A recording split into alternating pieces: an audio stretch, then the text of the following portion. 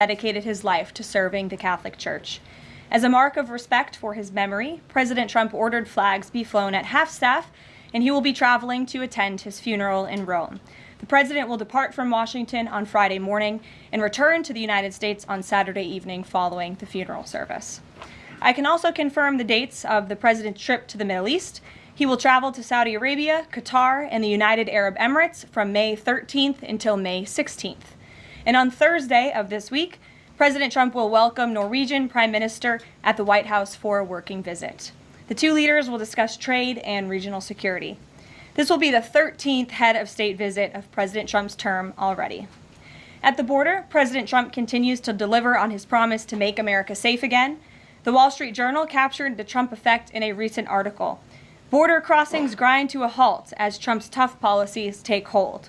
U.S. Customs and Border Protection recorded its lowest southwest border crossings in history in March, and we're seeing the same successes at our northern border. Here's how the New York Post put it. Northern border sector previously overrun by illegal migrants sees dramatic drop in crossings. We haven't seen anyone since November, end quote. According to U.S. Customs and Border Protection, just 54 illegal aliens were apprehended in the Swanton sector of our northern border, which stretches more than 300 miles in March. This is a drastic 95% drop from the more than 1,000 border crossings that were caught in March 2024. This is a main hotspot area that recorded more than 80% of all apprehensions along the northern border during the 2024 fiscal year. And new reporting from the Washington Times fully highlights the difference in Joe Biden's disgraceful approach to the border compared to President Trump's. Under Trump, border catch and release has dropped 99.99% from worst Biden month. You can't get much better than that. This statistic in particular is astounding. Border Patrol agents caught and immediately released 189,604 illegal aliens into the United States in December 2023 at the height of the Biden border crisis. But under President Trump, Border Patrol agents caught and released only 20 illegal aliens into the U.S. in the month of February. Thanks to President Trump, operational control of the border is becoming a reality, and the administration's historic enforcement measures are yielding huge results. Illegal aliens are finally getting the blunt message. If you cross the border illegally, you will be swiftly deported and never return to the United States of America. Efforts to arrest the criminal illegal alien invaders are continuing to ramp up. ICE Chicago arrested a Mexican national convicted of predatory sexual assault of a child in Cook County, Illinois. This week, ICE Denver arrested a Mexican national convicted of sexual assault of a child in Houston County, Texas. ICE Miami arrested a Nicaraguan convicted of aggravated battery in Hillsborough County, Florida. ICE Houston arrested a Salvadorian national convicted of attempted sexual assault of a child in Escape in Dallas County, Texas. And ICE Chicago arrested a Mexican national convicted of aggravated sexual abuse of a minor in Illinois. Despite the Democrats' insane objections, President Trump will continue to embolden law enforcement officers to arrest dangerous legal alien criminals and keep our communities safe. And also thanks to President Trump's America First economic approach, investments continue to pour into our country. Swiss pharmaceuticals company announced they will be investing $50 billion in the United States over the next 5 years, creating 12,000 new quality jobs. Regeneron Pharmaceuticals also agreed to pay Fujifilm Technologies more than $3 billion over the next decade to help manufacture its medicines in the United States. It's a top priority for President Trump to ensure we are producing critical medicines and pharmaceutical drugs right here in America, and that is exactly what we continue to see happen every day. In other news, the Trump administration has announced we will put an end to Joe Biden's illegal student loan bailout attempts. No student loan has been referred to collections since March of 2020. That comes to an end. On May 5th, the Department of Education will resume involuntary collections for borrowers with defaulted federal student loans. The student loan portfolio controlled by the federal government is nearly $1.6 trillion, but fewer than 4 out of 10 borrowers are in repayment. This is unsustainable, unfair, and a huge liability for American taxpayers. Debt cannot be wiped away. It just ends up getting transferred to others. So why should Americans who didn't go to college or went to college and responsibly paid back their loans pay for the student loans of other Americans? The Trump administration will never force taxpayers to pay student loan debts that don't belong to them. Student loan borrowers need clarity, and we're finally giving it to them. Borrowers will now be clearly expected to repay their loans, and those who default on their loan obligations will face involuntary collections. The government can and will collect defaulted federal student loan debt by withholding money from borrowers, tax refunds, federal pensions, and even their wages. America is $36 trillion in debt. We must get our fiscal house in order and restore common sense to our country. If you take out a loan, you have to pay it back. It's very simple. President Trump will not kick the can down the road anymore. Before we open it up to questions today, I want to commend our pool photographer who is in the room with us today. ABC News photojournalist Melissa Young is retiring after 44 incredible years on the job, covering here at the White House.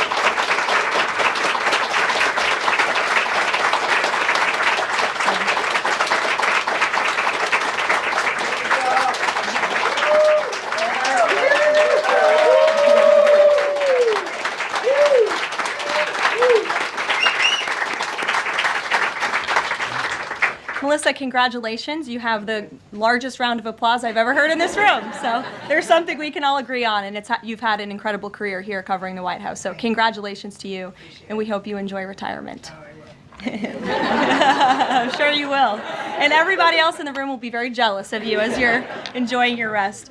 All right, let's get to it. We have an individual in our new media seat today. His name is Tim Pool. He's a political commentator and a media entrepreneur with millions of followers, a very big platform. Currently hosts Timcast IRL, a daily news and discussions show, and The Culture War, a weekly podcast exploring cultural and political issues. His programs feature in-depth conversations on topics such as free speech, censorship, identity politics, and societal change, often engaging with a diverse range of guests. He's in Washington today because we are also hosting a local media row across the street in the Eisenhower building, which is a testament to our commitment to bring new voices into the White House to cover the president and this administration. So Tim, why don't you kick us off today? Yes. Many of the news organizations that are represented in this room have marched in lockstep on false narratives, such as the Very Fine People hoax, the Covington smear, and now what's being called the Maryland Man hoax, where an MS-13 gang member adjudicated by 2 different judges, I believe, is just simply being referred to as a Maryland Man over and over again. Now, in an effort from the White House to expand access to new companies, you've created this new media seat. So I'm wondering if you can comment on following this expansion, you've had numerous outlets disparage the companies that you've had sit here, as well as the reporters. I'm wondering if you could comment on that unprofessional behavior, as well as elaborate if there's any plans to expand access to new companies. Sure. Well, we certainly welcome diverse viewpoints in this room, which is one of the reasons we have you in here, and there's many new faces in this room in comparison to the previous administrations. We want to welcome all viewpoints into this room. We welcome unbiased journalists who really care about the truth and the facts and the accuracy, and you rightfully pointed out the Maryland Man story, which I, from this podium, when The Atlantic published it, on that very first day, I came to this podium and said, this is wrong. The press in this room have this story wrong, and we have seen more and more evidence come to the table that we have had all along. We were always right. The president was always on the right side of this issue to deport this illegal criminal from our community. And it is despicable to see the media continue to refer to this individual as someone who is just a peaceful man living his life in Maryland. This was and always has been an illegal criminal, an MS-13 gang member, and a designated foreign terrorist. And the administration maintains our position to deport these individuals from our community. So thank you for being here, Tim. It's great to see you. Thank you. Dasha, why don't you kick us off? Thank you, Caroline. You're welcome. I really appreciate it. I have 2 questions, one on the Pentagon and another on the economy.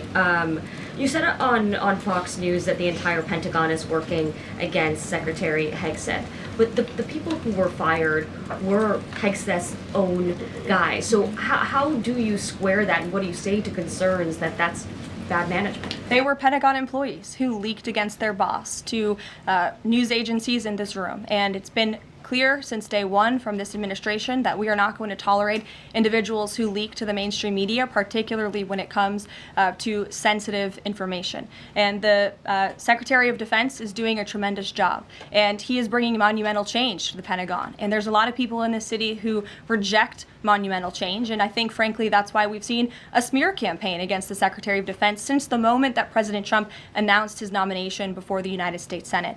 Let me reiterate, the President stands strongly behind Secretary Hegseth in the change that he is bringing to the Pentagon, and the results that he's achieved thus far speak for themselves. Is there an FBI investigation into the leaks? The Secretary said that these people would be prosecuted, so is the FBI investigating? You'd have to ask the FBI, you have to ask the Department of Justice on what they plan to do, but certainly we take leaks with the utmost seriously across this administration. You've seen people fired from the Department of Homeland Security. The President has made it clear it's an unacceptable behavior. On the economy, Caroline, Peter Navarro said that it's perfectly possible to do 90 deals in 90 days. We haven't seen one just yet. How soon might we see a deal, and what evidence can you share that progress is being made in these trade negotiations? Sure.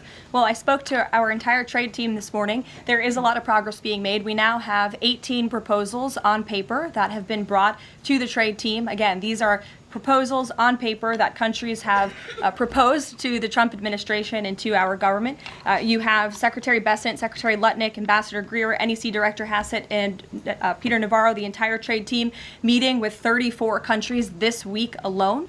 We are moving at Trump speed to ensure these deals are made on behalf of the American worker and the American people. And just yesterday, it seemed to get a little bit lost in the news, and I think it's a disservice to the American public that it did. The Vice President announced terms of reference for a trade deal with India. That is a big deal. We know when we look at the numbers, the monetary trade barriers and the non-monetary trade barriers from India, they have been ripping off the United States and American workers for a very long time. So the fact that the Vice President with Prime Minister Modi on that trip in India announced these terms of reference, which is essentially a framework to move the ball forward to sign a good trade deal between our two nations, is great progress, and it speaks to the work ethic and the real labor that's being put into this effort by the President's trade team. Sure. Go ahead.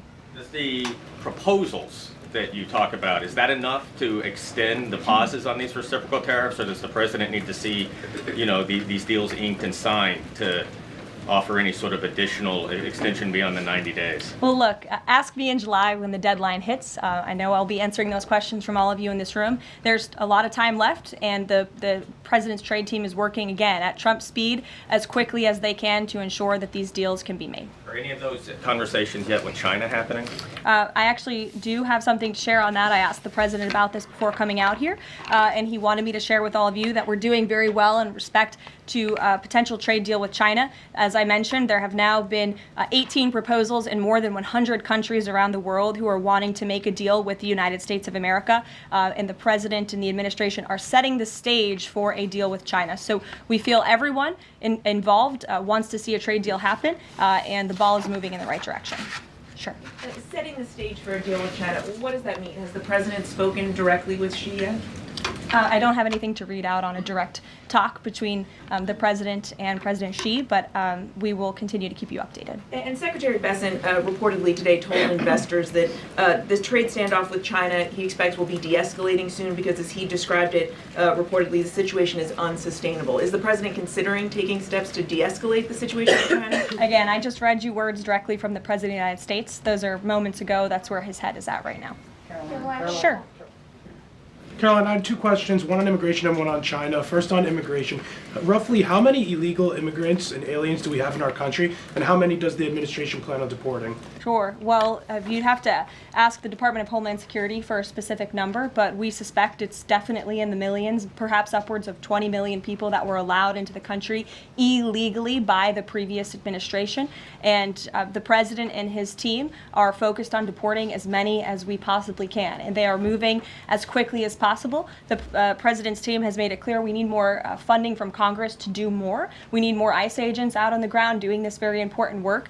And we also need rogue district court judges to stop acting as judicial activists, trying to block the administration from deporting illegal criminals from our nation's interior. The American public elected the president to do this, and he's following through with that promise. And we have over 250,000 Chinese nationals in our country right now on student visas. Does the administration believe there's any national security concern when it comes to those over 250,000 Chinese nationals in our country? Well, as you know, when it comes to foreign visas, the Secretary of State has the right to revoke visas of those who we feel are acting in a adversarial way to our foreign policy interests here in the United States.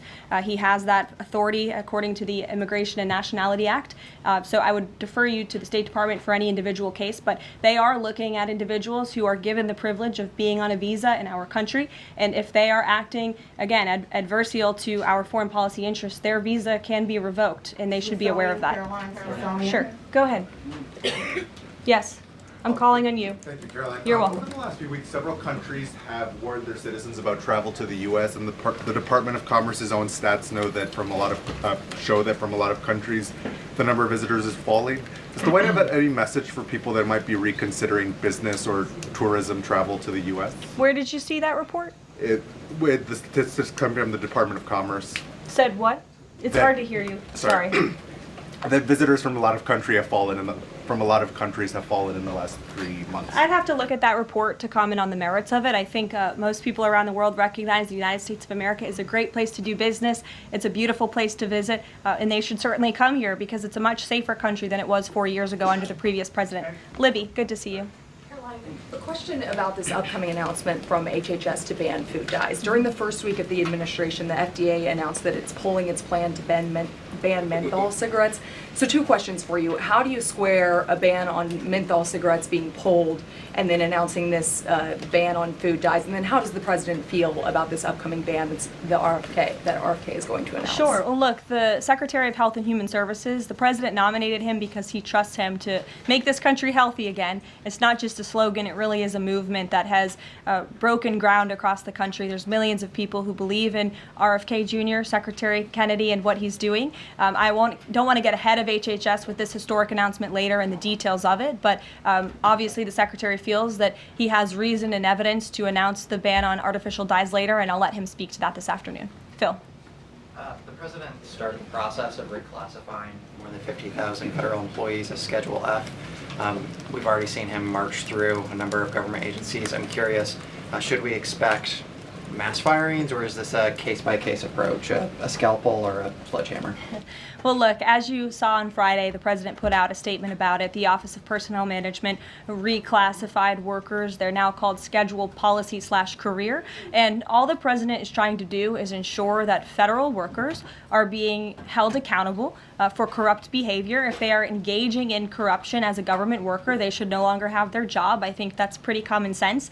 He also believes that bureaucrats should be acting in accordance to the will of the American public, who duly elected this president. Not just this president, but all future presidents. If you work for the government, you should be adhering to the will of the American public and advancing the administration's goals and interests. And if you are not doing that, then you should go find another job whose interests you align with. So as for specific firings, I would defer you to the specific agencies, but the president in this move and Office of Personnel Management, it will make it easier to get rid of rogue bureaucrats who are engaging in corruption. And then another quick question about Sure. Google, real quick. A federal court ruled last Thursday that Google's dominance of online advertising and ad tech markets violated U.S. antitrust laws.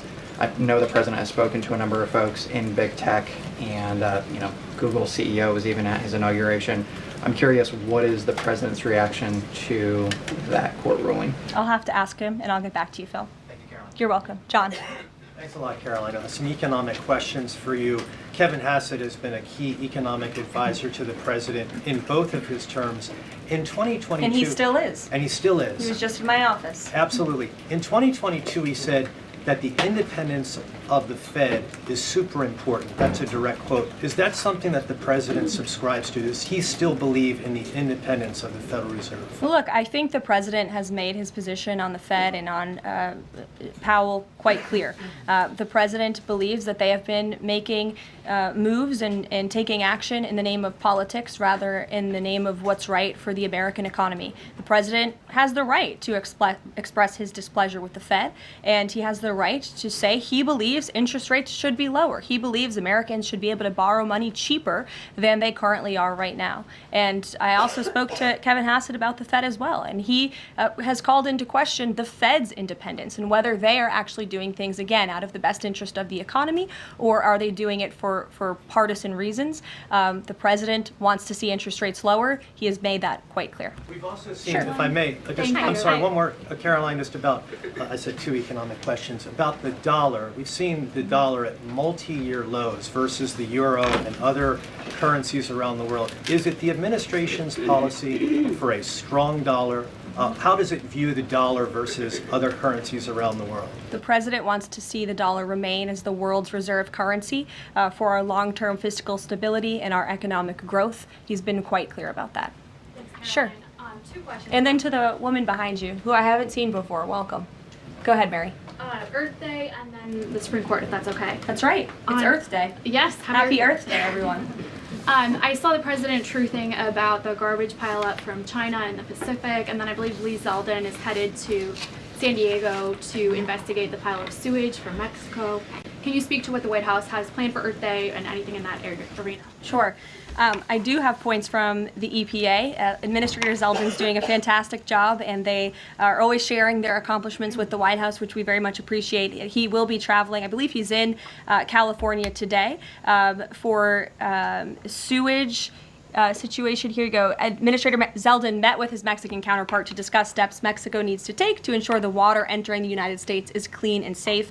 And he's holding a press conference in San Diego today with elected officials and local stakeholders on the Tijuana River sewage crisis. I would also add from the president himself, he has always maintained he wants America to have the cleanest air and the cleanest water. And we want to do what's right for our environment and for our earth. And a lot of that is making sure that we have clean and sustainable energy, and we know that we produce natural gas cleaner and more efficiently than any country in this world, and the president wants to see that continue. Thank you. And then on the Supreme Court, I know the court is hearing a case dealing with parents who don't want their kids having to read gender ideology books in schools. Can you comment on that case and what the Trump administration hopes to see come from that? Sure. We hope the Supreme Court will do the right thing, and the president has been very clear. He stands on the side of parental rights, and he believes strongly that parents should have a greater say in their children's education and the content, if you will, that children are being exposed to in our public school system.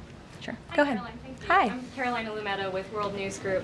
The administration ended some temporary protections for Afghans, including several hundred Christians who have been punished by the Taliban.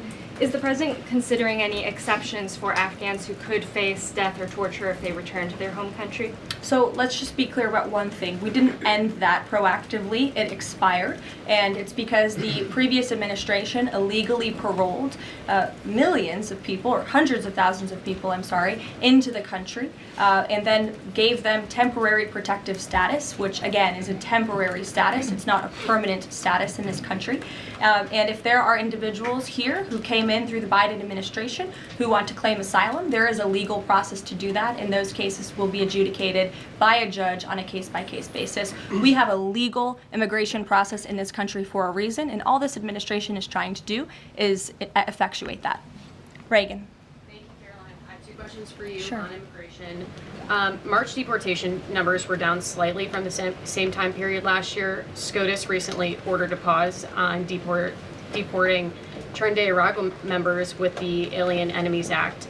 I'm curious what other tools the administration is looking at to boost those deportation numbers. Sure.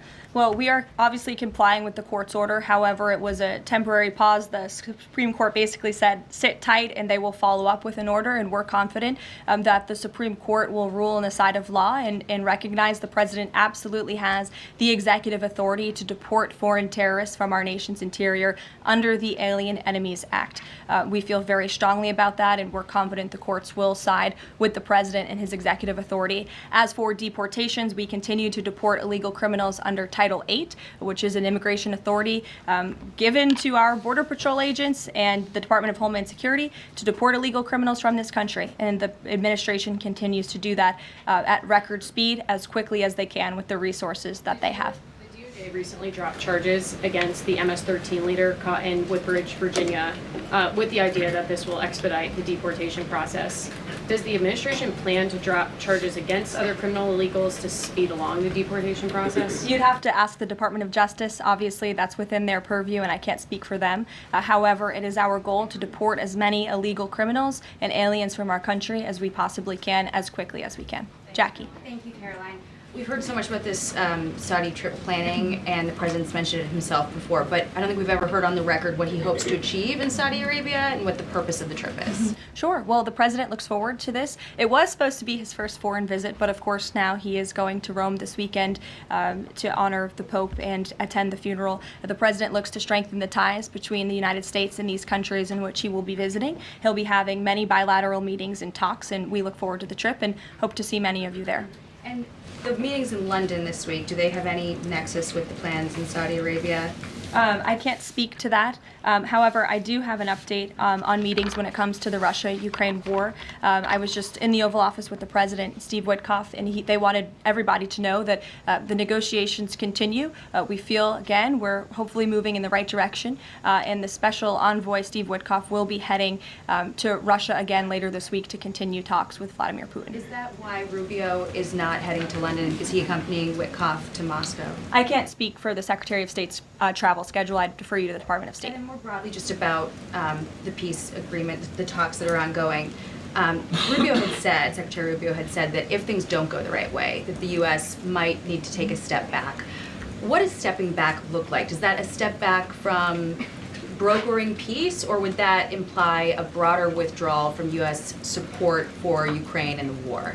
Look, I think it would be unwise for me to broadcast that from this podium. Ultimately, that's a decision for the president to make, but he's made it very clear he wants to see peace, he wants to see this war end, and he wants to stop the killing on both sides of this war, and he's been very clear about that for quite some time, and he has grown frustrated with both sides of this war, and he's made that very known.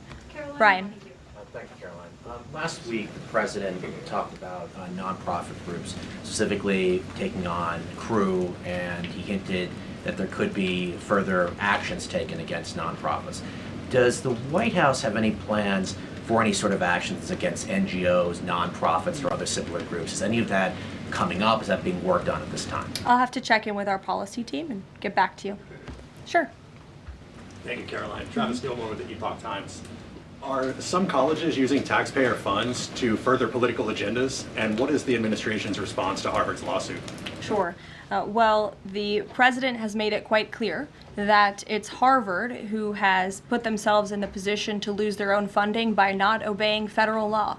And we expect all colleges and universities who are receiving taxpayer funds to abide by federal law. It's quite simple. And the president made it clear he's not going to tolerate violations of federal law. He's not going to tolerate illegal harassment and violence towards Jewish American students or students of any faith on our campuses across the country. And so we will be responding to the lawsuit in court. And again, it's quite simple. If you want federal dollars, obey federal law. And just a quickly follow up on China.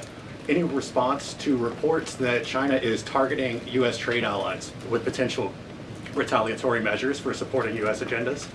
I think the numbers and the sheer number of countries that have reached out to the United States and reached out to this administration to cut good trade deals speak for themselves. The entire world knows that they need the United States of America and they want to do business here, and so we'll stay focused on cutting good trade deals on behalf of the American worker. Stephanie.